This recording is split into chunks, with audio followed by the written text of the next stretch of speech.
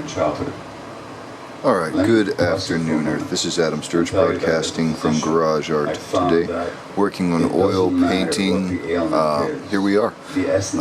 Today I've mixed up some, what do we do here, cadmium red with a little bit of medium yellow and a little bit of vermilion to make this kind of crazy fire truck orange red that's somewhere in between the scarlet and the light yellowish orange that I have working on the scales already. But I'm going to start today with his head and work the other direction. So I'm just going to zoom into his dome there and start with some bright orange. Remind me to zoom back out once I'm done with that little area. The adaptations. It's not that the disconnection makes us sick, it's our adaptations to that disconnection that make us sick.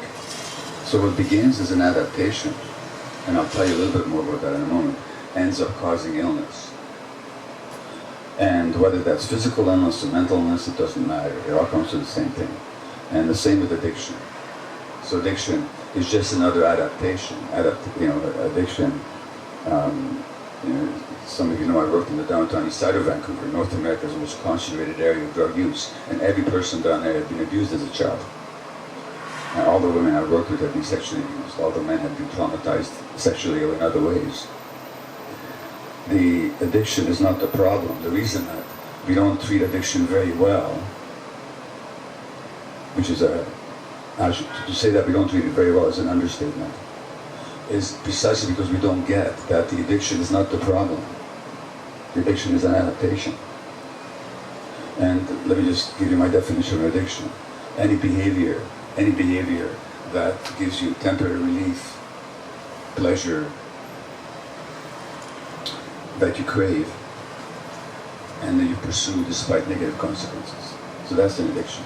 Any behavior. Drugs, sex, gambling, internet, relationships, work, whatever it is, eating. It's any behavior that provides temporary relief and pleasure and you crave despite the negative consequences. So that's an addiction. So let me ask you, by that definition, how many of you would agree that at some time or another you've had some kind of addictive pattern in your life? Just raise your hands. Okay, all right. So let me ask some of you that are willing to say so, and I'm not going to ask you what you're addicted to or when or for how long, but simply, what did it do for you? Not what was wrong with it, but what did you like about it? Okay, so anybody? Yes? It gave you pleasure. Okay, great. Thank you. Who else? Yes. I'm sorry? Avoid. Okay, avoidance of conflict. Thank you. Yes.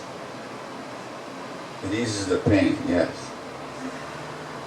Distraction from the pain. Okay, great. So thank you. I mean, we could go on, but can you see that everything you said, easing of pain, avoidance of conflict, pleasure, these are normal human aspirations.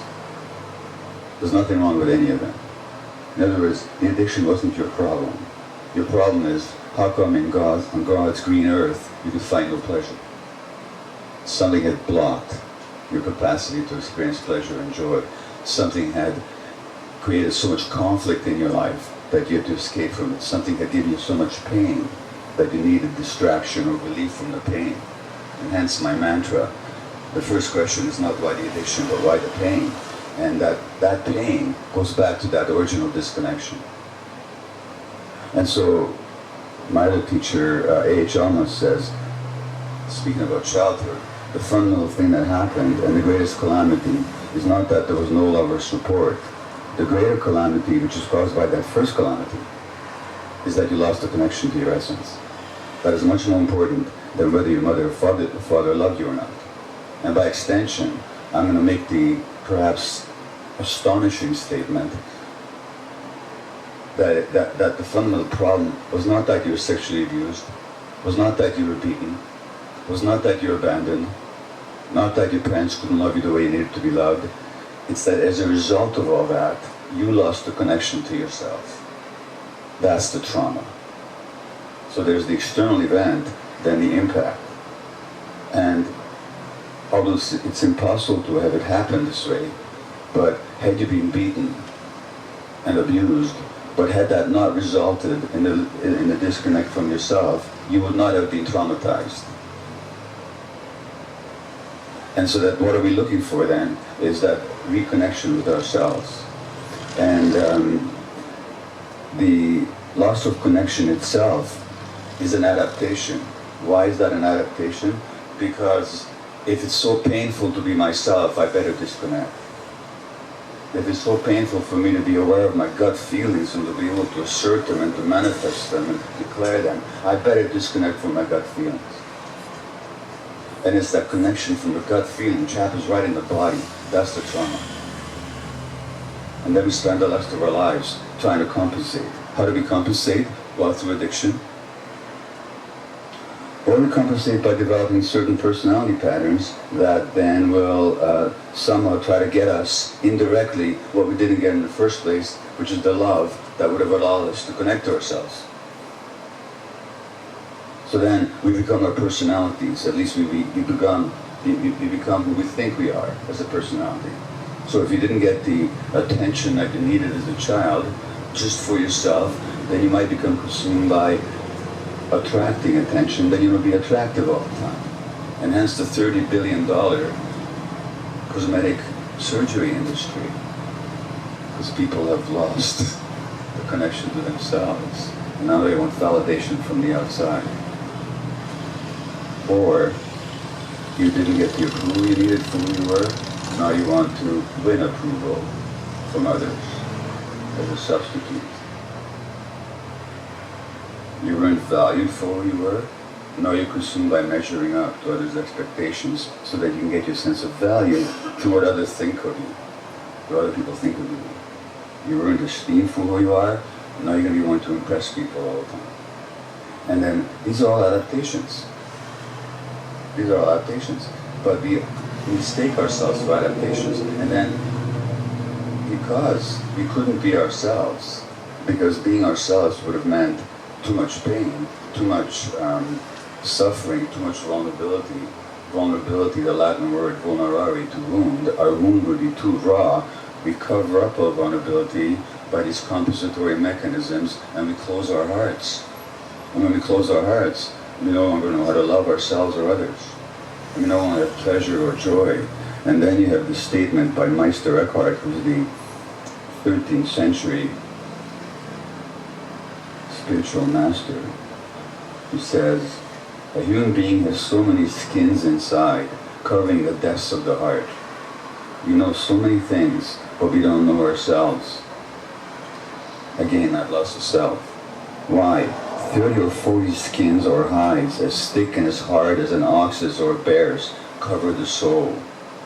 And he says, go into your ground and learn to know yourself there. Well, why to develop these skins, these hides?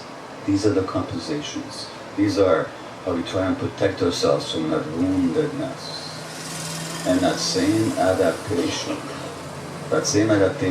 that helped us endure those early losses, and primarily the loss of ourselves, then become our burden, then become our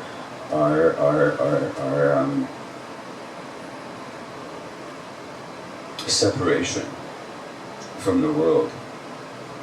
That's the source of our alienation. And the problem is, this doesn't only happen on an individual level, it happens in a social level. Because we live in a society that actually is profoundly alienated. And we live in a society that actually validates our invalidity. We live in a society that validates our false self. So that not only do we develop these compensatory mechanisms, it's even that we're rewarded for it. So let's say you're a deeply wounded person and you emotionally shut down so badly that your eyes go dead because you were hurt so badly you couldn't bear to look at reality. And let's say that you're so scared of vulnerability that you're going to attack vulnerability wherever you see it. And let's say that you feel so weak because you lost that connection to your true self. that you have to have power and control. You know what becomes of you? You become Prime Minister of Canada.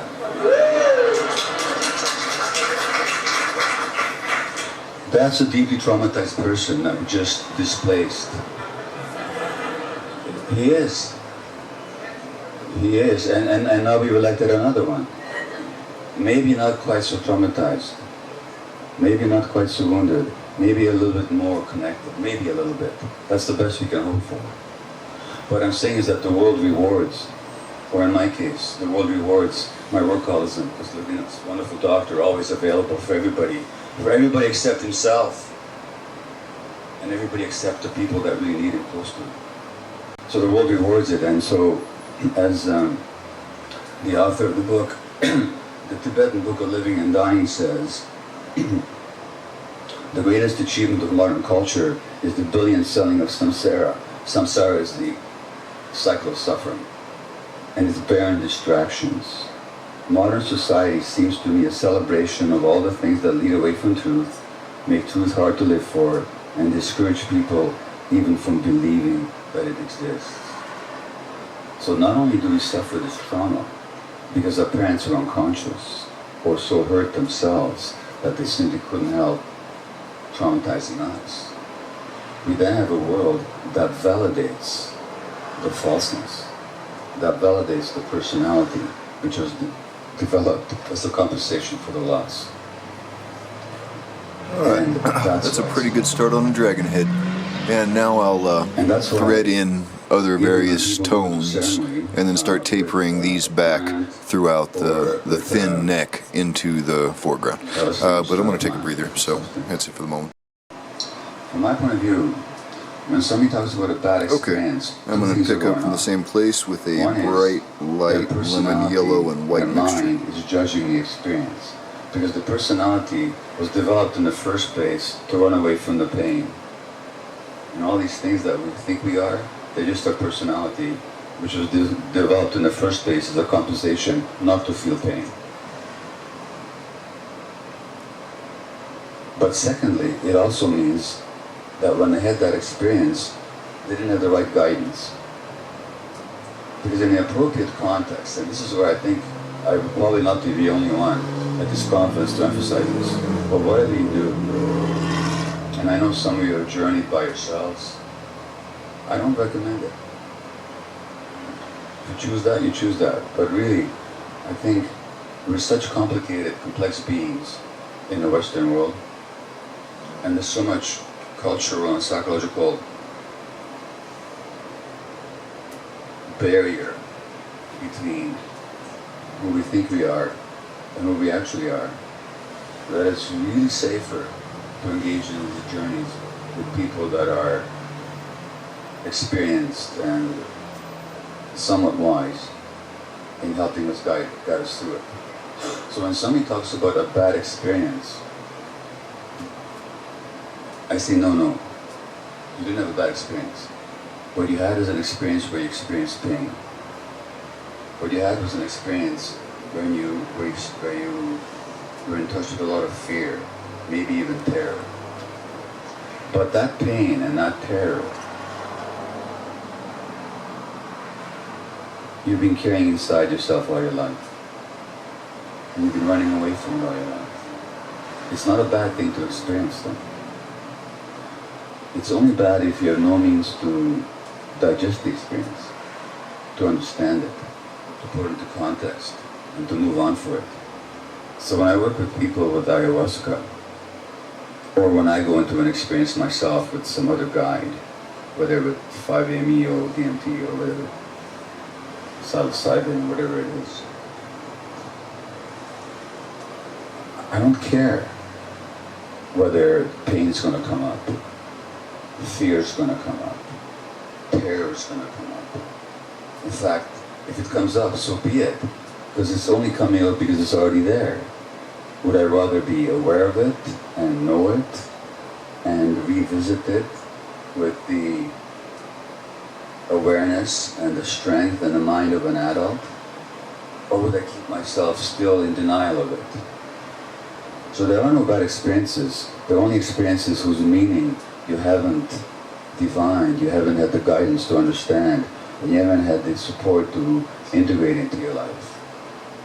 So for me, it's never about beautiful experiences, entities, songs, beautiful colors. If that happens, that's great. That's what you're meant to have at that time. I'm not putting that down, but that can't be the intention. The intention has to be the truth, whatever the truth is. And if the truth at that moment is painful, that's great. That's great. Because once we realize, our essence, well, first of all, once we realize the degree of pain that we each carry, the fear that we each carry. Let me give you a quote from Almas. He says, "The child is very open and can feel the pain and suffering going on in its immediate environment. The child is aware of its own body and can also feel the tension, rigidity, and pain in the body of the mother or of anyone else he's with. If the mother suffers, the baby suffers too. The pain never gets discharged. The organism does not develop the confidence that it can regulate itself, and that things will happen as they should. And if the pain and suffering continues, they will have a disintegrating effect on the organism, and the child will experience organismic fear for its very survival." So when people at our ceremonies experience terror, I say congratulations, you've gone back to your experience as an infant. This is a memory. This is not who you are. And underneath that fear is that connected self that knows no fear. What's there to be afraid of when you're connected to everything?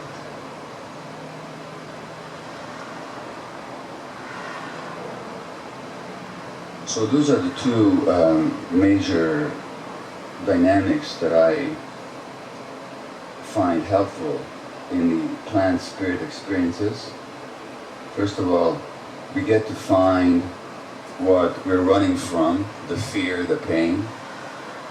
And if we're fortunate enough, then before or after, we also get to experience the depth of who we are, which also means we don't have to keep running. And then the issue becomes then, how do you incorporate that? How do you integrate that into your life? And so I have to emphasize here the importance of integration. So don't expect the insight, which is like a door opening, to save you, because it won't. Because you can have that experience in the moment under the influence of the particular substance that you've been working with. But unless you are intent on taking that substance all the time, which you can't, then you better find ways of integrating that insight into your life. And that takes daily work. That takes daily work. So the post-ceremony, or the post-event, the post-experience integration is at least as important as the experience itself. Otherwise, you're just going to keep going back, looking for the same experience over and over again. And nothing necessarily will have shifted for you. There are some people, with or without substances, who are able to have a transformative, transcendental experience that really does rewire them permanently. But I've met very few of these people. I've met very few of them, if any. I know of some. But for most of us, it's ongoing work. So the experiences can open those doors of perception. They can give us glimpses or deep but momentary experiences of our true selves. But then the work is to go back and keep clearing out all the accumulated debris that we've took on ever since early infancy to compensate for the loss. So when you understand my definition of trauma, which has to do with that disconnect, then you understand that trauma has many different manifestations. There's a psychological, emotional aspect of trauma, which is that disconnect from the self, and therefore also a relationship to the world. So a traumatized person, and by my definition, most of us are traumatized. We live in a different world. We live in a world where we're alone. We live in a world which is perhaps dangerous. We live in a world that's indifferent. We live in a world where we're constantly having to work to validate ourselves. That's the world we live in. And the Buddha said very clearly that it's with our thoughts, with our minds that we create the world. That's the world that we create. The problem is, this is the task of modern psychology perhaps, this is where modern psychology can so usefully blend with ancient spiritual teaching, is that before our minds create the world creates our minds. And so we have to go back to who we were before the world created our mind. In terms of mental health, depression, anxiety, I went to grab ochre, addiction, and this new set of paints came with two metallics that are quite beautiful actually. So I might venture into one of the gold metallics for one of the layers of scales. And she's angry with you. Might be too Incidentally, klimpty. you do have a 2-year-old, and she's not angry. But as long as with it's you, subtle you have done your job. and it's just, that simple. you know, because one she cannot have a threaded cookie before throughout, dinner, it might be kind of cool, maybe. We'll see. All right. and she can't have a shiny, nice. It's really tacky, I'll paint it out, but And she it might can't work, pull the we'll dog's see. tail, and she can't climb on the windowsill when the window's open. You have to say no. And 2-year-olds, like many of us as adults even, can't distinguish between their needs and their wants. So when you frustrate somebody's perceived needs, they get aggressive. Frustration is the engine of aggression, as my friend, psychologist Gordon Youthall says. So the child gets aggressively angry because she couldn't have that cookie. Nothing wrong with that, so long as you're not threatened by the anger. But what if you grew up in a family where there was rage a lot, where your parents were in conflict, rageful conflict, and you have this intrinsic and innate, implicit memory of fear whenever you experience or witness anger, and then unwittingly you give the message to your 2-year-old that good little girls don't get angry. What the child is getting is not that good little girls don't get angry, but that angry little girls don't get loved. And what will she do with the anger? Since she can't do without your love, she cannot. She's going to push the anger down. What's the word for pushing something down? Depression. And 30 years later, she'll be diagnosed with depression, and somebody will hand her a pill. And that pill, which I'm not against, I've taken them, they can be helpful, but they're not the answer. The answer is to actually, what is it that I pushed down? And why did I? And do I still need to? In other words, to reconnect again with the real self. So that mental health issues, they all begin with compensations. The tuning out of ADHD is not a disease. It's a coping mechanism to deal with overwhelming stress. These temporary compensatory mechanisms become a source of pathology later on. Physical health, when you suppress yourself in order to please others, because of the mind and the body being one unit, they're inseparable. This is not my particular insight, this is what science shows us. And as I was saying to a medical colleague just a few minutes ago, that the problem with medicine is we keep talking about evidence-based practice, but we ignore much of the evidence. And the evidence is that when you suppress emotions, you're actually suppressing the immune system as well. For the simple reason that you can't separate the mind from the body. Scientifically, you can't. And the consequence is then the immune system will attack you, and now you have autoimmune disease like multiple sclerosis or rheumatoid arthritis, or you get cancer. That too began as a compensation. That pushing down of emotion was how you compensated for your parents' inability to handle your emotions. Trauma has then impacts on physical health and relationships, and finally, of course, it's got a spiritual aspect, because,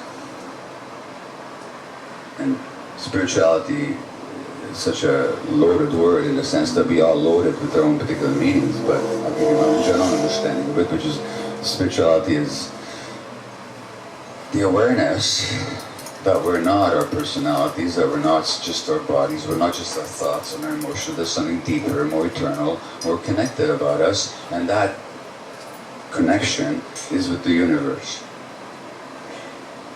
Well, when you're traumatized, you shut that down too. So this is where the plant medicines can be so helpful. And I've known people that are healing from significant autoimmune diseases that they were given up for dead by medical doctors. People that are healing or have healed from multiple sclerosis, from suicidal depression. Last year we worked with a woman on a retreat that tried to kill herself 17 times. Where is it coming from? Well, the very meaning of the word is and we took a hold when we reconnect with ourselves. I'll leave you the final quote before I take questions and comments.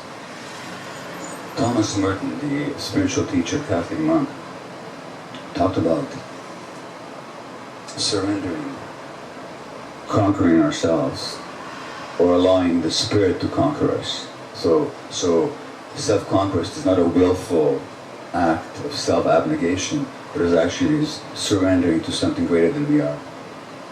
And as a Catholic, you'd call that the Holy Spirit, but you can call it whatever you want. And he says, in order to gain possession ourselves, we have to have some confidence, some hope of victory. In order to keep that hope alive, we must usually have some taste of victory. We must know what victory is and like it better than defeat. Now, at the very least, this work with the plant spirits can give us a taste of that victory, can give us a glimpse of ourselves, can give us a glimpse of reality. And that can be the beginning of the path to healing. Thank you.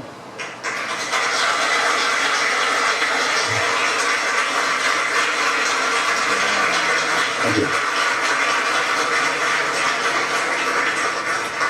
So, as we haven't had any sessions with questions and answers yet, haven't said anything about that, our normal hope and expectation is that it be a question and not a statement, because that can sometimes go on too long. In this case, it's up to Gabor, because we actually have a little over 15 minutes, so I'll let him guide that. But the other thing I want you to do is come to these microphones, because everything's being recorded, and just line up on either side if you want to ask a question. Thank you. Hi, I'm Rocky. I'd like to know how could one go about getting a treatment, as it were? Treatment? Yes, psilocybin. Where does one go for a safe place to do that? Okay. There are people here. I think everybody sees you.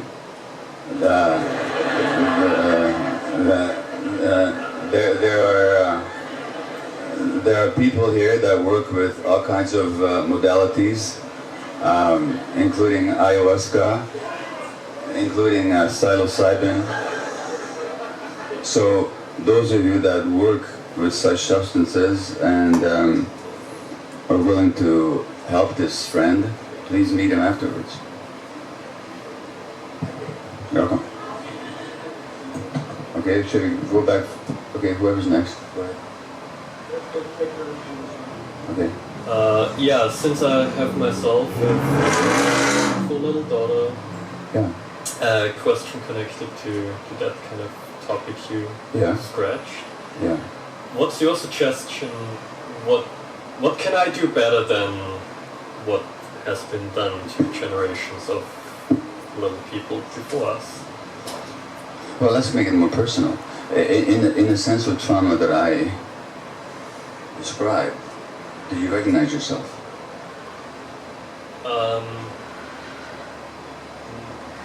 Yes, I'm recognizing myself as the parent that gets angry and annoyed. Okay, all right, so that's what you can do. Because your anger and your annoyance, your child will interpret only in one way. Yeah, I realize where it comes from. Which is that there's something wrong with her.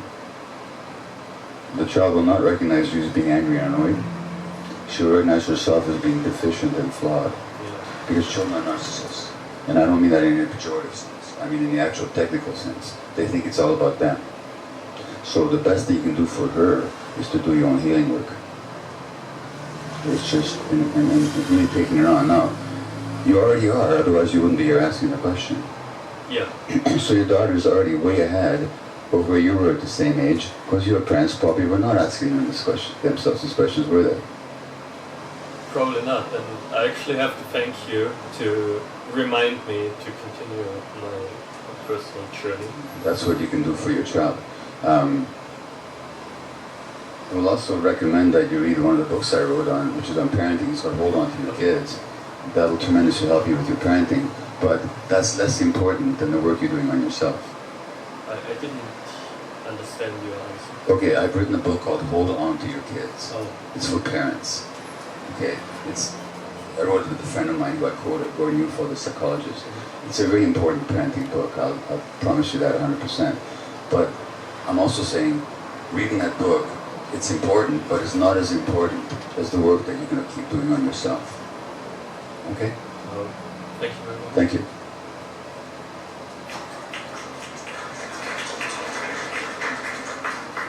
Thank you very much for your talk. A few weeks ago, I attended a conference. I'm not sure, is the mic on? Okay. Okay. Thank you very much for your talk. Good. A few weeks ago, I attended the psychedelic psychotherapy conference in Victoria. You gave a All wonderful right, talk. trying to balance him You said the against work of the his British psychoanalyst background Donald portion Winnicott. right there with It was such really a impressive. small surface area to Today work you on spoke about is a little compensation tricky, for early but I think I childhood like injuries that as part of pattern, and I think I'm going to keep And it the sounded to gold me very close to the metallic work of Alfred as an Adler. accent And I wonder scale if that color, is also something and I'll thread that throughout the That's rest of the interesting dragon, because, but I'm going to let the head you sit might and not stare notice, what but I'm we've done and actually think about playing, what's next. at So the cutting it top. here. Mind that is I'm going able to branch to out with that gold range deeply and and start with widely this area across down a here very and see how wide it spectrum. covers And the larger, darker section. it's impossible to put Terence into categories. He transcends the usual kinds of academic categories. But the topic, the focus of this workshop is on ethnobotany and shamanism. In particular, his work in the last several years has focused on the preservation, the study, and the preservation and propagation of knowledge and information about the use of botanical plants in the context of the expansion of human consciousness and knowledge. And I can assure you that if you haven't heard Terence before, and even if you have, you're in for an exhilarating journey into spaces of the mind that you won't forget. So with that, turn you over to Terence McKinnon.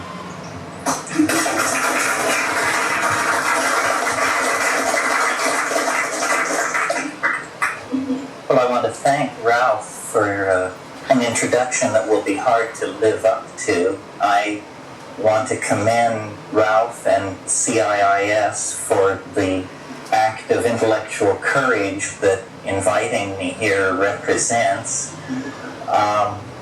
I'm sort of returning to my home turf after a year spent in the Hawaiian Islands, where Kat and I were managing a botanical garden that is a non-profit foundation specifically set up to preserve plants with a history of human usage, foods, drugs, fiber plants, food plants, all the plants that are part of the spectrum of human interactions with the botanical world. I'm sure you're all aware of the crisis in the world's rainforests, that they are being cut down and radically affecting the ecosystems in the tropics and by implication the whole world. But what is not so well understood is the impact on tropical cultures that capitalism and modernity is having. These tropical tribal cultures are much more fragile than the rainforest itself.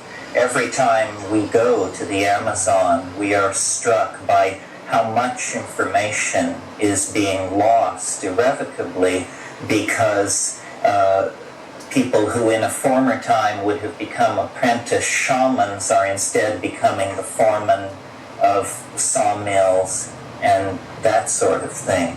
So I've been away in the Hawaiian Islands. I'm delighted now to be back in the fast, deep flowing current of American culture. I certainly feel that that's what it is after a hiatus that brought great peace of mind but not a whole lot of excitement. Before I make my way into tonight's subject, I'll cover what I think of as preliminaries and business. First of all, as Ralph said, this is the opening lecture of a weekend that will be conducted all day tomorrow and all day Sunday. In addition to that, I'll be speaking at Shared Visions tomorrow night on a completely different subject in Berkeley. So if any of you are interested in attending the follow-on meetings of this workshop, you should see the staff of CIIS. If you're interested in hearing what I have to say about a new calendar, you should come to Shared Visions tomorrow evening. How many of you heard the talk on KPFA today? A few, so I shan't fear if I repeat myself. I want to call your attention to a couple of projects that have finally been completed. Psilocybin, the Magic Mushroom Grower's Guide, which has been out of print for about 5 years, is now back in print with more photographs, expanded text, better paper, etc., etc. Anyone who is interested in literally cultivating a relationship with a shamanic ally, this is the place to begin. Also, Lux Natura, which is the company, which is sort of a clearinghouse for my ideas, tapes, and books, has completed work on a software package, which is software which runs on the Apple IIe, 2C, or 2GS machine, software which supports the theories of time that are explained in the invisible landscape. This was an extremely arduous task of conceptualizing and then turning it into software.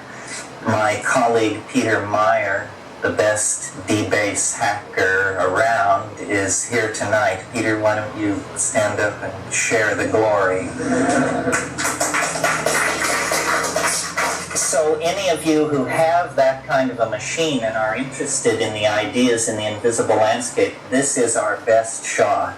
This is state-of-the-art stuff. At the moment, we can do no better than Time Wave Zero.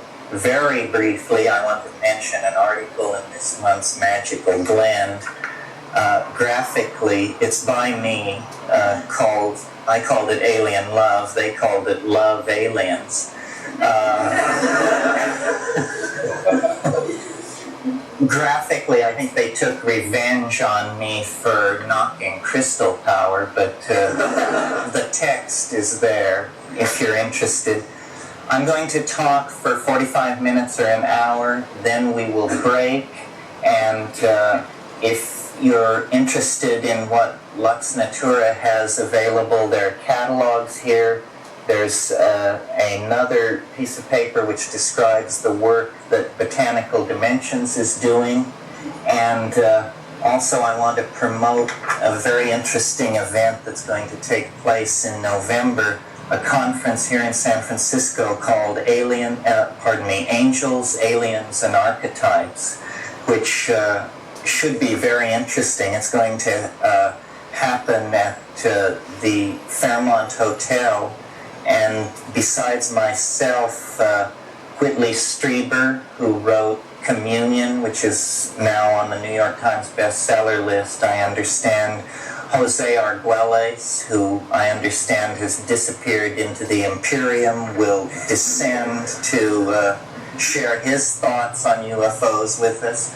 Jacques Vallée will be there.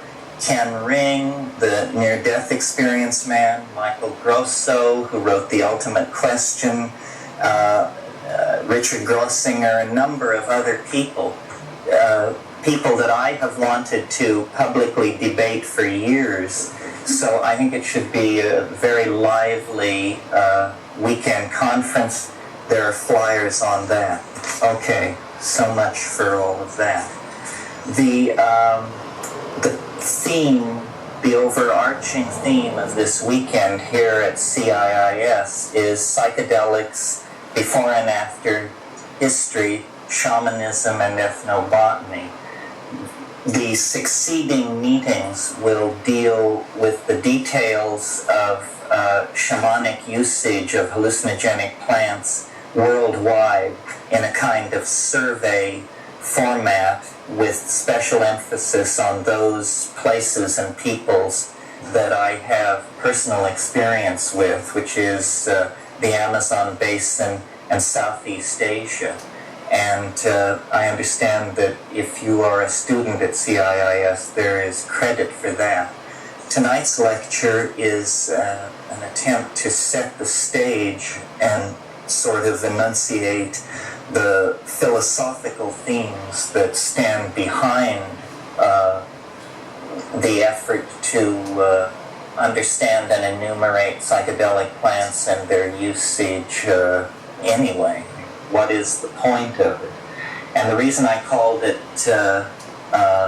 or the reason I invoked history before and after, is because I think that the psychedelic experience, especially as it is induced by plants, is a phenomenon that too little has been made of in an effort to sort of preserve the chestnuts of modern science and society.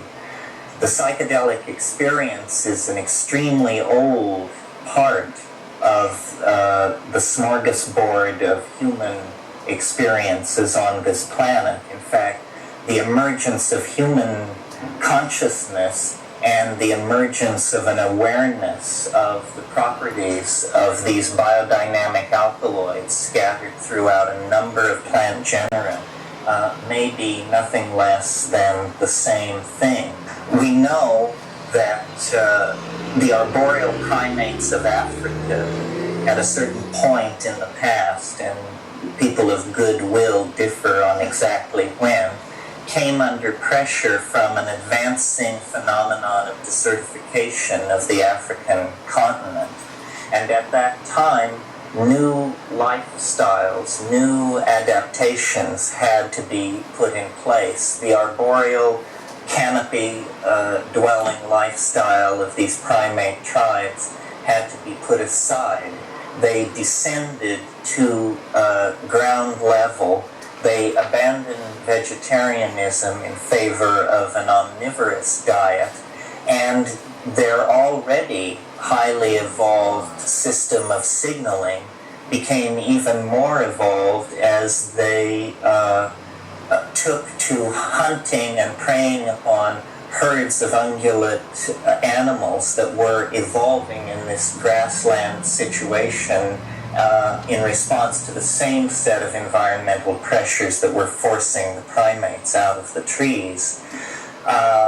Roland Fisher did work showing that visual acuity is increased if small amounts of psilocybin are given to graduate students. Psilocybin in doses that are sub-threshold for the triggering of psychological changes.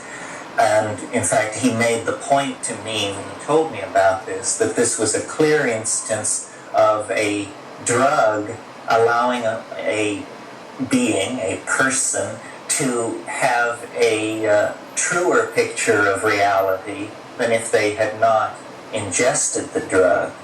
But Fisher, who was a psychologist, never drew the conclusion regarding what the consequences of such an increase in visual acuity would be on the lifestyle and adaptive skills of an animal. It's very clear in the same way that if you have a plant in your diet which stimulates or challenges your immune system, that will increase your adaptive advantage. It's very clear that the presence of a biodynamic steroid or alkaloid which increases visual acuity will also have a tremendous impact on the adaptive strategy and the success of that strategy in a given animal. So it's possible to suggest that once psilocybin was established in the food chain, those primates that utilized it quickly became the dominant and then the exclusive form. Well, now, how did this psilocybin enter the food chain of these primates? Very simply, because it was coprophytic, meaning it grew in the manure of these ungulate animals, so that once the ungulate animals became a food source and a focus of interest and attention of these primates, they could not help but notice as they tracked and followed these herds that the mushroom was thrust upon their attention. If any of you have observed Stropharia cubensis, which is the species I'm speaking of, growing in the tropics, you know that it is quite an astonishing natural object to come upon in any environment. I've seen them the size of dinner plates in the Amazon, and they have a very rich golden color, and they rear their heads above the surrounding grasses in the meadowland situation. In fact, they actually look like small fleets of flying saucers that have come in and settled on the grass.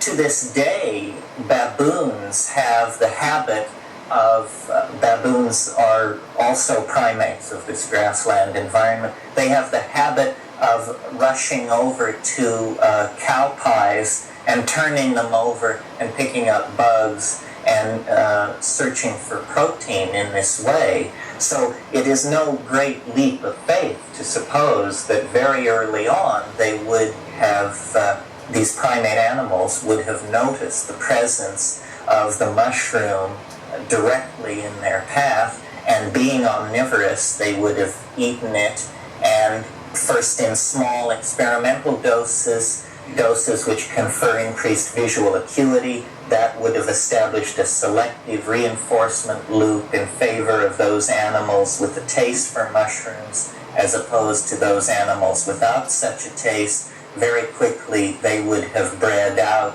the other preference, and very far-seeing monkeys would have been established. The next level of the argument requires a somewhat greater leap. It has to do with the fact that at increased doses, the psilocybin in these mushrooms seems to activate the language-forming centers of the brain, Broca's area, or the ceruleus. It isn't clear, but what is clear that experientially that's pretty these subtle. things are I don't think I'm going to need to paint that out. language. It's a little deeper than the yellow ochre, or actually a little more luminous than the yellow ochre, and just catches the light subtly on the metallic scales. So I may use a silver too, and thread a silver as well. So we'll see. But I'm liking the way it's working. It's just a little thin and hard to get to cover cleanly without using some fairly significant globs. So it's going to take a little bit of time. But other than that, about, I don't know, a third of the way up through the scale body.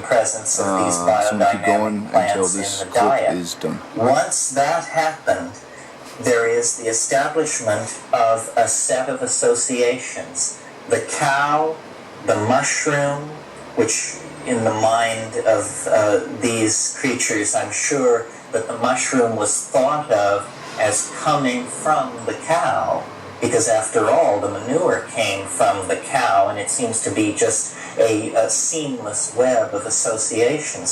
So the cow, the mushroom, and lying ineffably behind that, the experience of the tremendum, the experience of an ineffable mystery that now, some 100,000 or 35,000 years later, is no less mysterious, in spite of the fact that we have made an immense intellectual conquest of the world in which we live.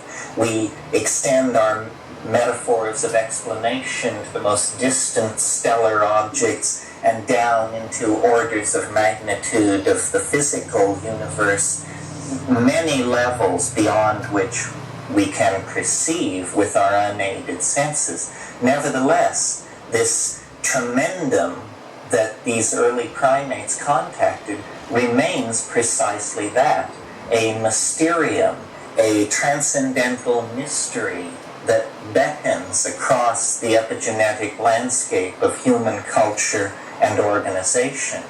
And some of you who have heard this lecture or these ideas before know that it is my opinion, going beyond Gordon Wasson, that this really lays the basis for the genesis of religion. Religion begins in the notion of the holy. The holy is another way of indicating the felt presence of the tremendum. And the early goddess religions of the Middle East were essentially cattle religions. There are people in this audience who have done tremendous work on the etymology of these languages, showing how these words and roots can be traced back into a kind of convergence where the mystery and the mushroom are seen to be one. So this means that in spite of the prejudices and intellectual predilections of Western man, which are essentially pretensions that have arisen in the dimension created by ignorance, the dimension of ignorance created by the Judeo-Christian attitude toward nature, which sees it essentially as something to be exploited rather than integrated or made a resonant part of the psyche.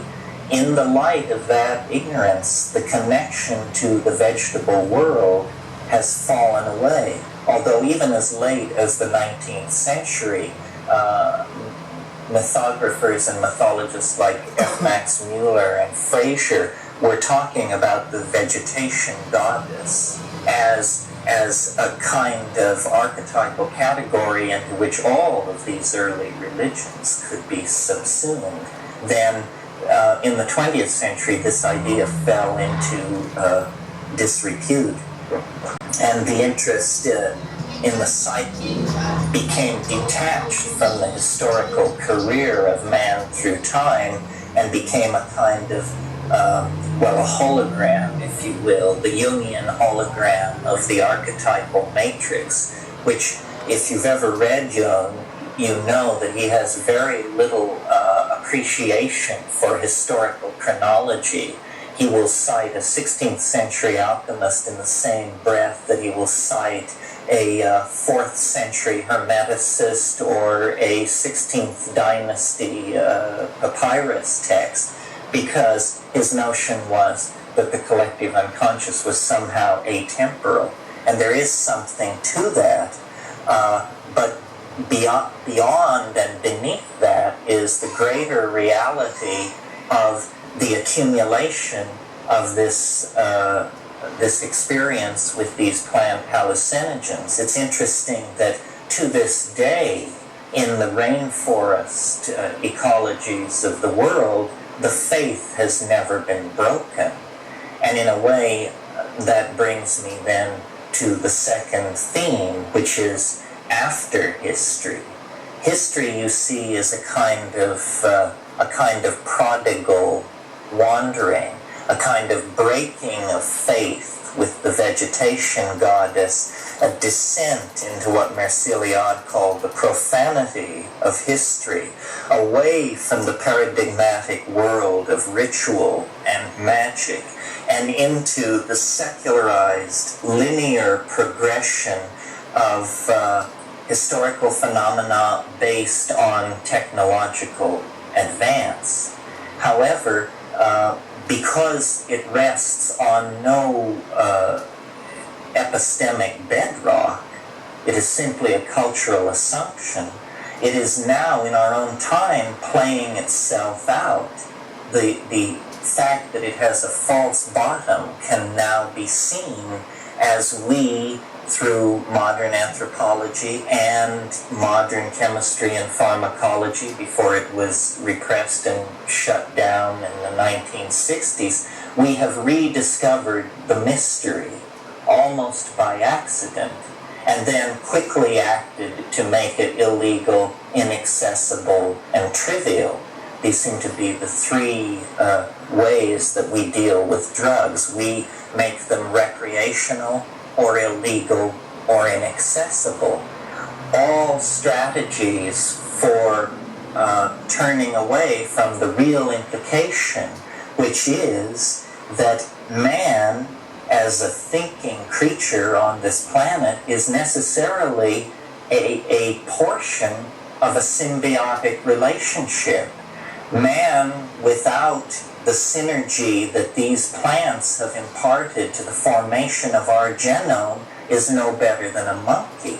So that, recognizing that, we are forced to recognize that the experience of spirit, for which most of us rely upon the testimony of Meister Eckhart and Juan de la Cruz and Hildegard von Bingen, is in fact a birthright of each and every one of us.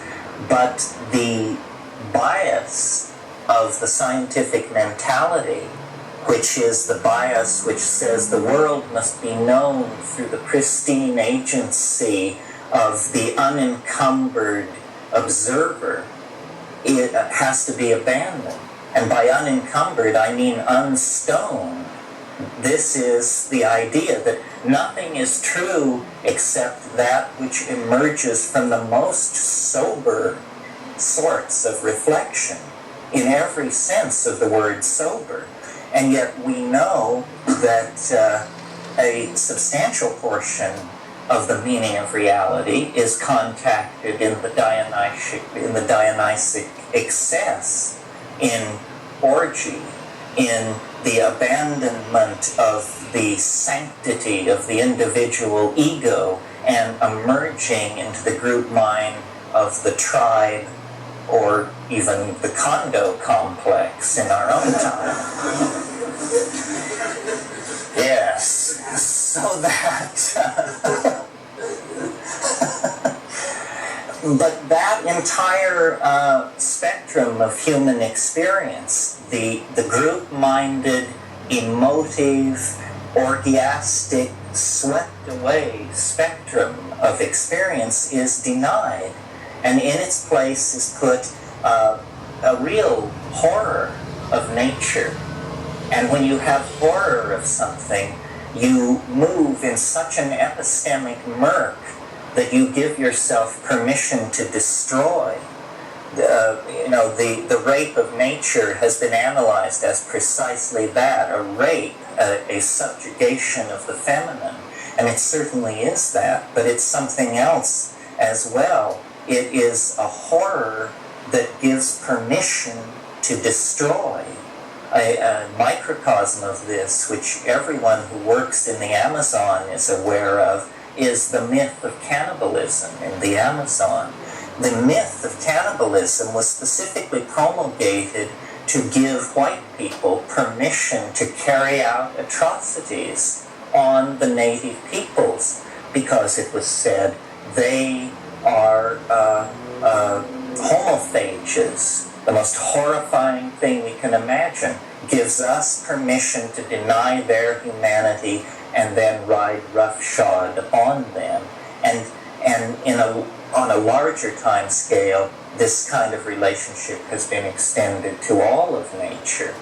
Now, because of the work of people like Hoffman and Wasson and Metzner and Leary and earlier people, Lewin and others, The 20th century has come full circle. We have dug so deep into the toy box of matter that we have actually come upon the residence of the God or the residence of the mystery, and it cannot now be denied.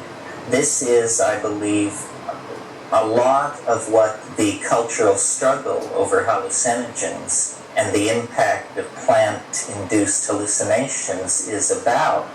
It is that science cannot continue as usual in the face of this phenomenon.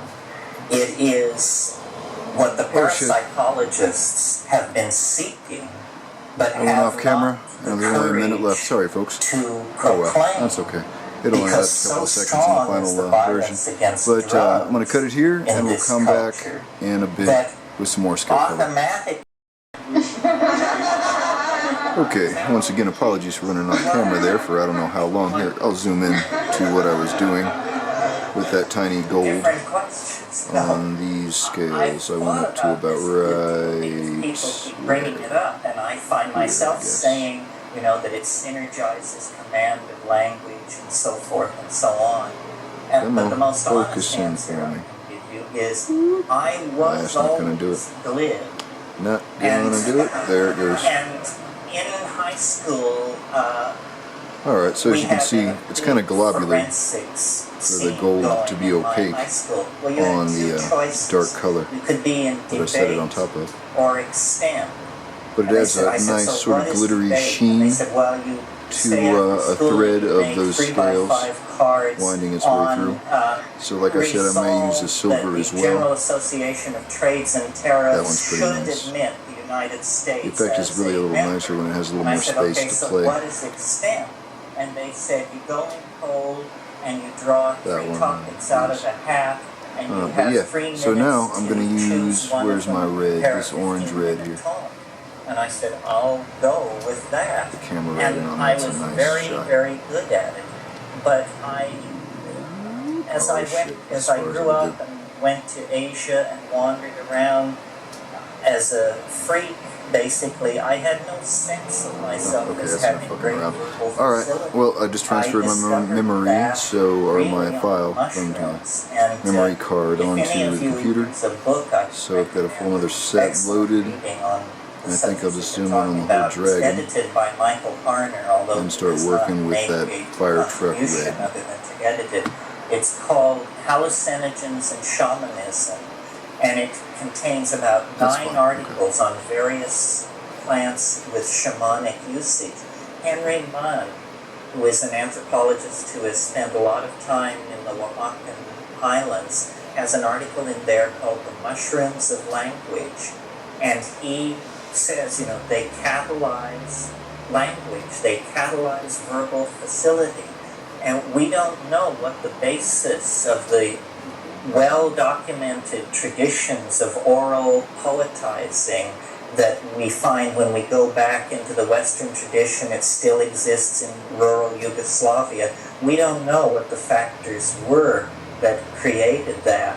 I think that most people who take plant hallucinogens are simply inspired to attempt to clean up their communication skills, because you do wish to communicate it.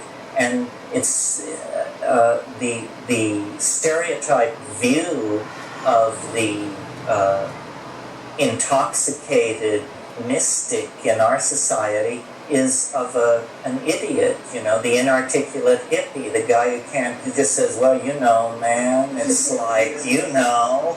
In my experience, that is not what it is at all. They are an extremely potent catalyst for communication. Yes, the blonde woman in the back, and then it's possible through artificially created hallucinogens to program someone, even if maybe from one really good trip, to program them perhaps changing their whole outlook on life. I get the idea with what you're speaking of, the natural substances, you're bringing out something that's already in you, or allowing some consciousness that perhaps isn't tapped I'm speaking about introducing perhaps some foreign consciousness into your mind through chemically altered something. Do you mean as in a control or in a psychoanalytic sense, like curing an addiction or an obsession? I'm talking about like having been asked at one point, and I mean, even many years later, still sometimes having like flashbacks on it and wondering what perhaps might have been in that drug or what it did to you. Well, I think that the most complex phenomenon in our world is the human psyche.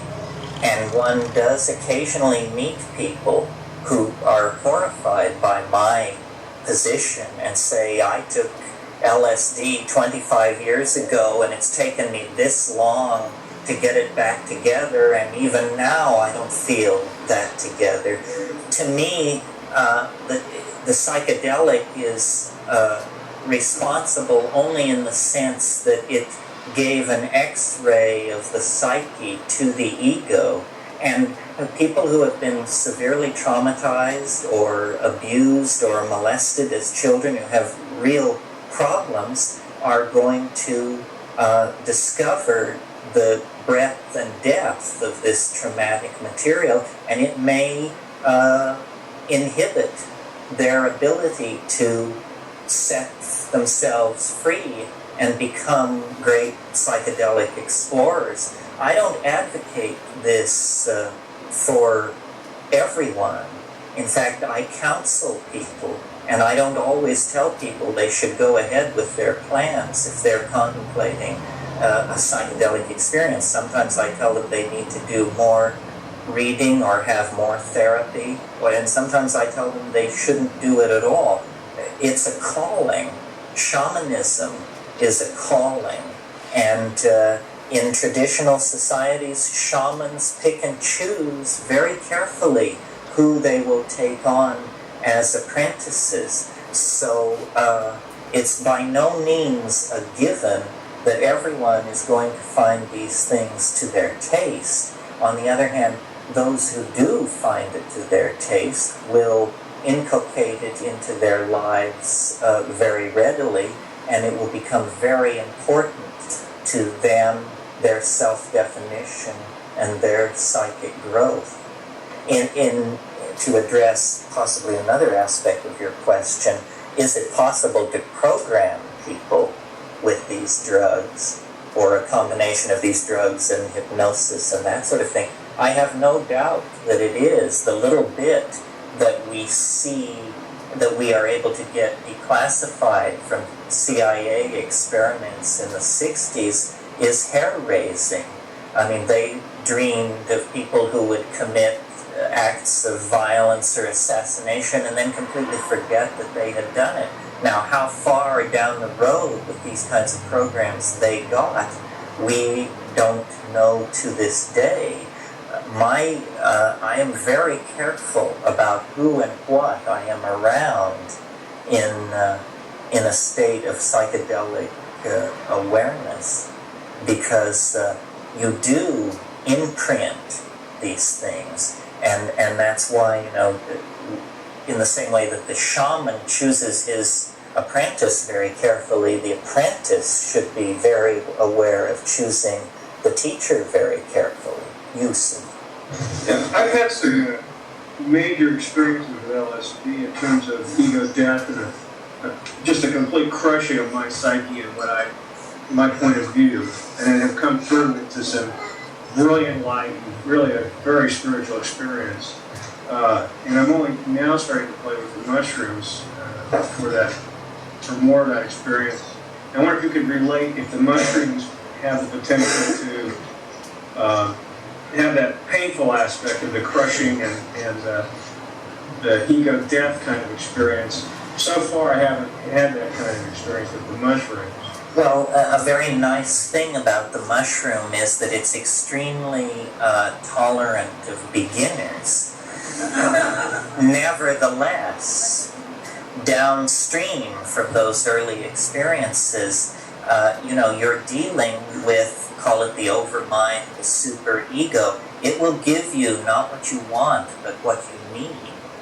And and it can be extremely painful. It can be extremely humbling. It can be terrifying. It seems to me, in the people I have known and in looking at my own trips that had that quality to them, it's always to the good. The ego is completely obsessed with control and wants everything to be ameliorated and presented in easily digestible increments and to proceed along an orderly program of unfoldment. And it isn't like that. It has its own weather, it has its own dynamics, and you're much more in the position of someone sailing alone in a small sailboat.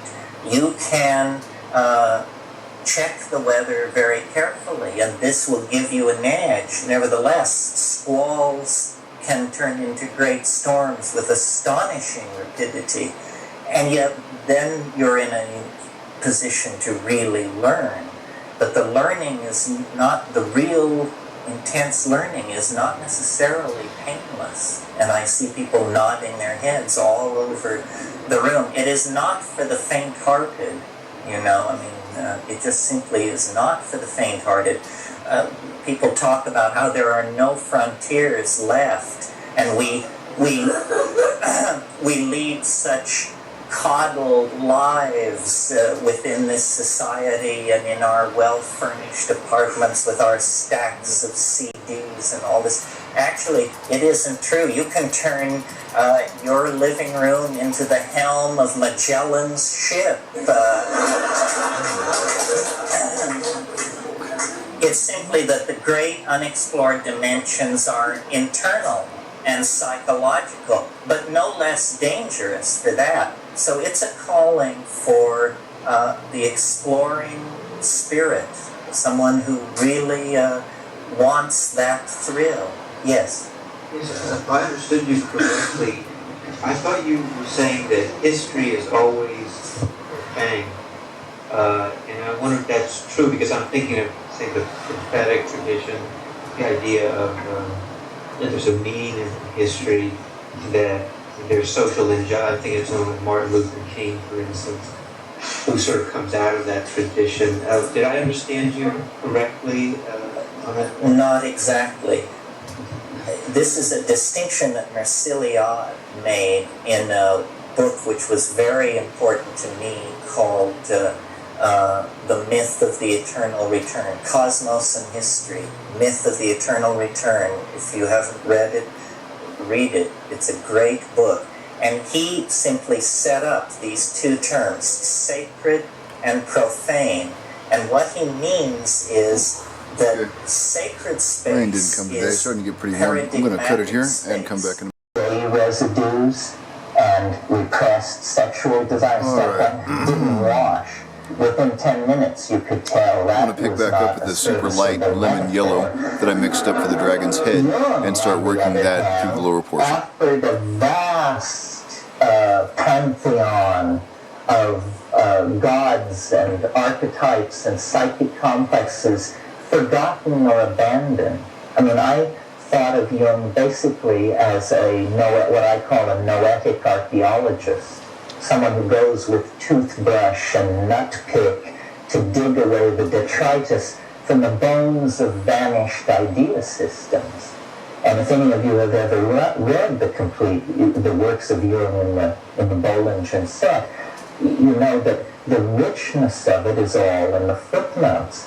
I mean, here was a man who raised the footnote to a high art and who was aware of a literature that nobody else, to my mind, seem to know about.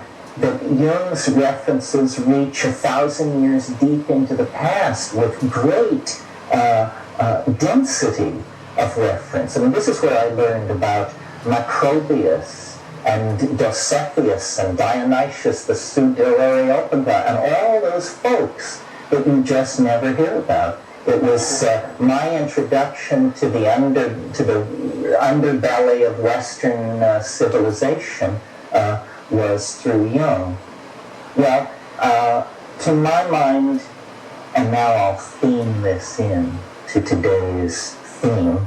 I think Maria mentioned that Jung did not have a lot to say about shamanism. He came to it late in his life, and he had already worked through the exegesis of the symbol systems of the European mind, and so he was sort of content to indicate shamanism as an area where more work was to be done.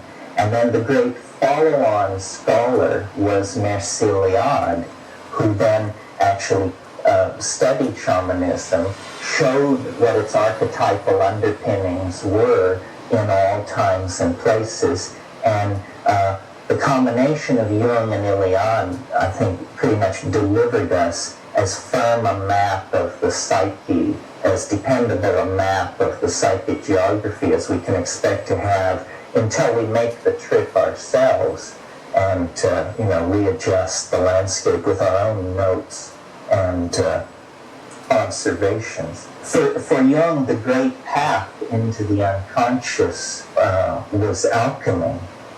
And alchemy is an interesting pivotal domain, because I think we could, in a way, say it lies halfway between the concerns of an archaic shamanism and halfway between the concerns of a quasi-scientific psychedelic attempt to explore consciousness. Merciliade wrote a brilliant book on alchemy called The Forge and the Crucible, which is the bridge to show you how you go from Jungian psychology into an understanding of alchemy that approximates Iliade.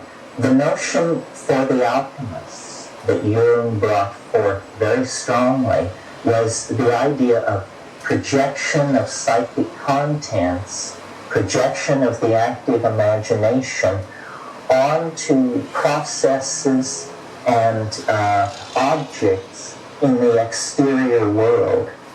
In the case of the alchemists, it was the swirling chemical processes in their alembics, in their alchemical vessels, that they projected the great round of the archetypes on to these chemical processes. They saw crystallization, sublimation, separation as statements about the contents of the psyche as much as statements about the exterior world, because for them the firm division between mind and matter, the firm ontological division between mind and matter that is built into Western thinking now, did not exist. That comes with René Descartes, with the invention of what's called the res extensa, the extended world, and the res virens, the interior world, which has no spatial extension. So for the alchemists, mind and matter were two terms whose mutual exclusivity could be blurred under certain circumstances, and the terms of one could migrate toward the other.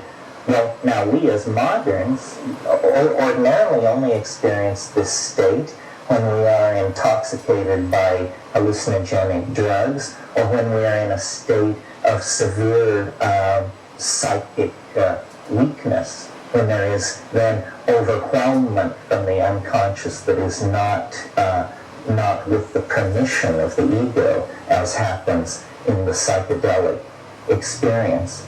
Well, all of these various ways of approaching the psyche seem fairly abstract and bloodless and removed from daily existence, unless the psychedelic experience is present. And then it vivifies these metaphors. It makes clear what these various perennial traditions are talking about. So what I thought I would try to do today, and you're welcome to try and steer it other directions in the question and answer period, is the workshop is Sacred Plants as Guides. A lot of information has to be imparted if we're going to satisfy my pedagogical urge here. because I would really like to leave you with information that you didn't have before, some of which may have practical efficacy in your own life. So in thinking about this very large issue, sacred plants as guides, I basically break it down into 3 categories for ease of handling in a context like this. And they are a kind of survey. How many of these plants are there? What are the chemicals that drive them? And what is their geographical distribution? In other words, just what are the botanical facts of the matter? And then, secondly, I think in order to understand what these things mean for spiritual growth and psychic development, you have to place them in the context. And the context is chronological and historical. Have these things always been around? Have shamans always been taking them? How do they relate to the synthetic drugs that have been developed in the last couple of centuries? So the history of our relationship to the pharmacologically induced ecstasy. And then finally, and probably we'll get to this this afternoon, the phenomenology of the experience and the techniques for achieving and controlling it. Because this is a practical, there is a practicum here. This is not a course in Mongolian philology or something like that. The ultimate idea is to get those who feel called to the task sufficiently informed and psychically empowered that they can push off into the oceans of mind in the interior with some fair amount of confidence that they'll return to port with all hands. So let's start sort of with a survey. Let me see, I'm going to talk until 11:30. So let's start with the survey then, and just talk about what the options are. And this will be sort of unstructured and conversational with forays into other areas. First of all, the striking thing when you want to study psychoactive drugs and plants and their impact on human culture, and that's really what interests me, is how drugs affect culture. After I went through Jung and Iliad, my next port of call was McLuhan. And I absorbed very deeply the notion that media structure civilizations in ways that the civilizations are never aware of. And Jung, of course, talked about print and manuscript and electronic culture. He did not talk about drugs. But drugs are a form of media because information travels through the drug to the mind. That's a medium of communication. And various societies wear drugs like clothing with no awareness of their existence at all, somewhat in the way that a fish relates to water. So that, for instance, if you're in Dublin, you are swimming in the ambiance of an alcohol culture. You don't have to be drunk to be in Dublin, although it helps. But the entire society is premised on the possibility, you see. The entire society is premised on the possibility. In India, the entire society is premised on the possibility of hashish intoxication. And social mores, building design, everything takes account of this. Cultures don't see this. We do not think of ourselves as a meat, sugar, alcohol culture.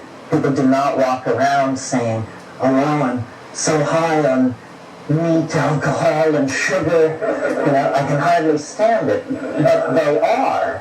And certain consequences flow from that. So as I make my way through this survey, you need to bear in mind that a culture takes its tone, its clothing, from the drugs that it admits, and you can know a great deal about a culture from the drugs that it excludes, the drugs that it excoriates and fears. because various drugs accentuate and suppress different parts of the psyche. So these are statements about anxiety, about various parts of the psyche. The striking thing when you set out to do a cultural survey like this is you discover that our culture, the culture of Europe, for most of us, some of us are black, some of us are Asian, but largely the roots of American culture lie in Europe. This is the most pharmacologically impoverished cultural area on the entire planet. It has the longest history of disconnection from any kind of ecstatic intoxication. And the cultural forms of Europe, linear, abstract, narcissistic, and promoting of male dominance, are, to my mind, exactly what you would expect in a culture long deprived of the boundary-dissolving, numinous encounter with the vegetable mind. So a lot of the cultural problems we're dealing with are based on the fact that we as Europeans have no place for drugs. We don't really know quite what to do with that. As you move south from Europe into the continent of human origins, Africa, you discover that while Africa supports a tropical ecosystem, which, because that means increased speciation of plants, you would think would indicate an increased number of hallucinogens, Africa is surprisingly poor in hallucinogens. This is not well understood. So, in the foreground, there's only a few more scales, so I need to be very choicey with the coloration of those, because that'll feed into the rest of it as I start varying them again as I move up the surface of the Dragon Road, or into the surface of the Dragon Road.